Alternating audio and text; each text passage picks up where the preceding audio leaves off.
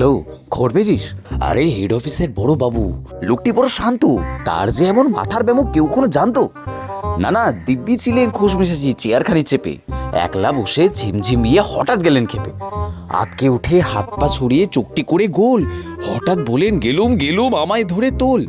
আরে তাই শুনে কেউ বতি ডাকে, কেউ বা ডাকে হ্যাঁ পুলিশ, কেউ বা বলে কামড়ে দেবে সাবধানেতে তুলিস। হ্যাঁ হ্যাঁ, ব্যস্ত যখন সবাই এদিক ওদিক করছে ঘোরাঘুরি, বাবু হাঁকলেন ওরে আমার গোপ গিয়েছে চুরি। তুই ভাব একবার, গোপ কখনো হারায়? আজব কথা, কাউতকে হয় সত্যি। আরে গোপ জোড়া তো তেমনি আছে, কমেনি এক রত্তি। সবাই তারে বুঝিয়ে বলে সামনে ধরে আয় না, মোটেই গোপ হয়নি চুরি, কখনো তা হয় না। তারপর আর কি, রেগে আগুন তেলে বেগুন তেরে বলেন তিনি, কারোর কথা ধর ধরি রে সব কাটাকে চিরি, নোংরা ছাটা ঘ্যাংরা ঝাঁটা বিচ্ছিরি আর ময়লা, এমন গোপ তো রাখতে জানি শ্যাম বাবুদের গয়লা, এ গোপ যদি আমার বলিস করবো তোদের জ্বালায়। এই না বলে জরিমানা করলেন তিনি সবাই।